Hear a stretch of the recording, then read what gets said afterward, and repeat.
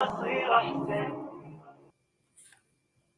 we continue with the broadcast this morning right here on Salam Media, taking reaction to the cabinet reshuffle and also the appointment of the Minister of Electricity, Dr. Khoshenso Ramakgopa.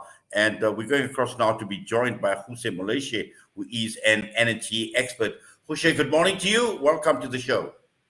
Good morning to you, Inayat, and to the listeners or viewers of the show. Yes, tell me, the appointment of Dr. Ramakgopa, was it expected? Yes, it was no surprise, mainly because he's in the infrastructure space already, having the responsibility to help debottleneck some of government's infrastructure projects. Yes. Now, we know that, he is highly intelligent, he is highly qualified, and he has the ability to do the job. The key issue here is looking at where we are at this point in time, the dire situation that we find ourselves in the energy space. Now that the appointment has been made, the work actually starts. It's time to get your hands dirty. It's time to get working. And looking at where he is at this point in time as the first Minister of Electricity of the country, what should the key areas of focus be? As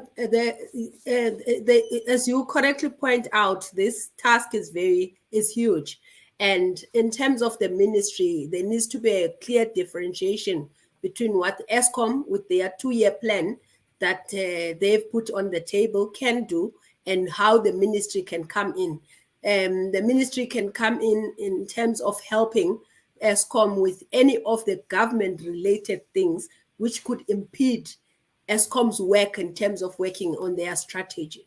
So, for instance, in terms of the procurement process, Eskom would like to procure international companies, which are called original equipment manufacturers, to help them with the fixing of the coal-fired power plants, which make up 80% of their capacity.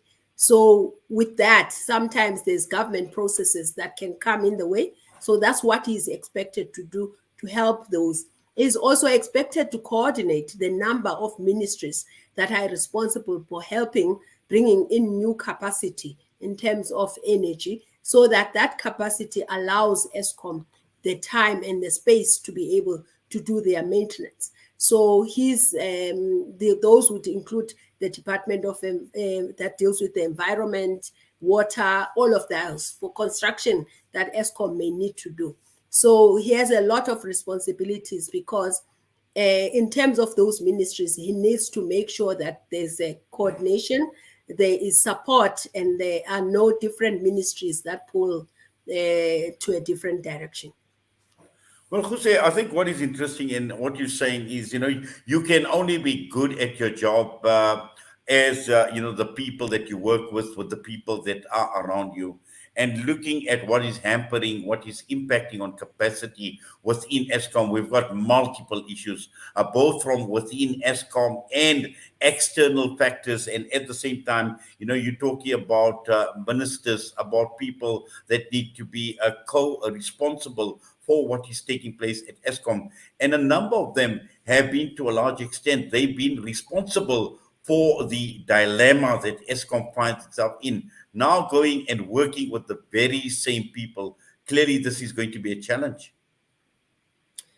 Yeah, I mean, there's been difference in terms of approach and understanding of the approach that Eskom should take, or at least the direction that Eskom should take, from the Department of Public Enterprises as the shareholder and the Department of Mineral Resources and Energy. But lately, I've been hearing relatively more consensus that says that the priority is to make sure that the power plants that Eskom owns function optimally or function better, so that you avoid the fact that they're always breaking down, which means we don't have capacity, because that's the most important priority at this stage. And so lately I've been hearing relatively more consensus. I hope that that will continue, because if there's an understanding of what the real task should be, then most of this department will then pull towards the same direction.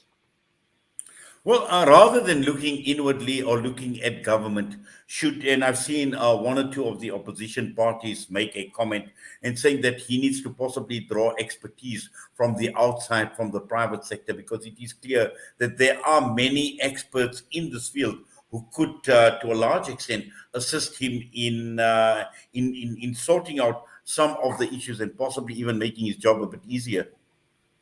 Yeah, the only thing that I would caution is that we must differentiate between what falls within the responsibility of Eskom and what falls within the ministry.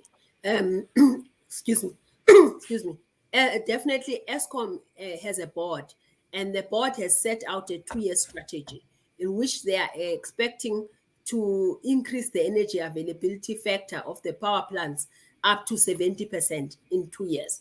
That is the strategy that whoever comes in as an electricity minister should support.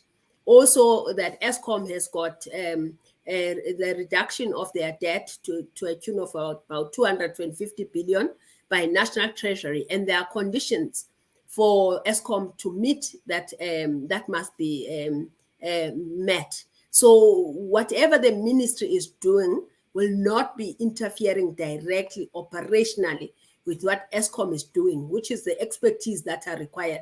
However, they can facilitate for Eskom to procure the skills that are needed and be able to do what they need to do, both the board as well as executive within Eskom, which is more operational. So that is where they will be needed to help make sure that from a procurement point of view, those skills that are required, there are no impediments that come from the government side.